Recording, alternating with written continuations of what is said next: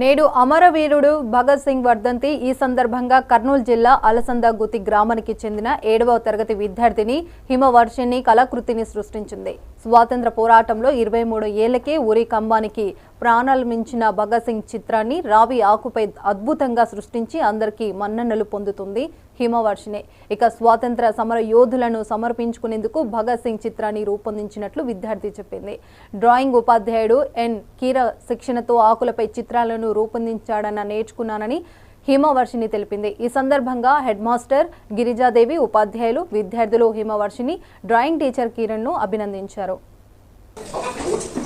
నా పేరు జి హిమవర్షిని. నేను అలసంద గుత్తి జెడ్పీహెచ్ఎస్ స్కూల్లో 7వ తరగతి చదువుతున్నాను.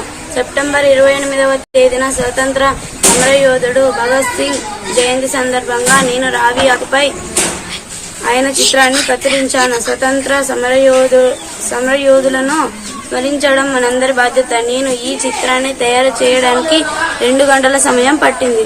నా పేరు జి హిమవర్షిని. నిర్మల్లోని ఓ ప్రైవేట్ ఆసుపత్రి తీరు పలు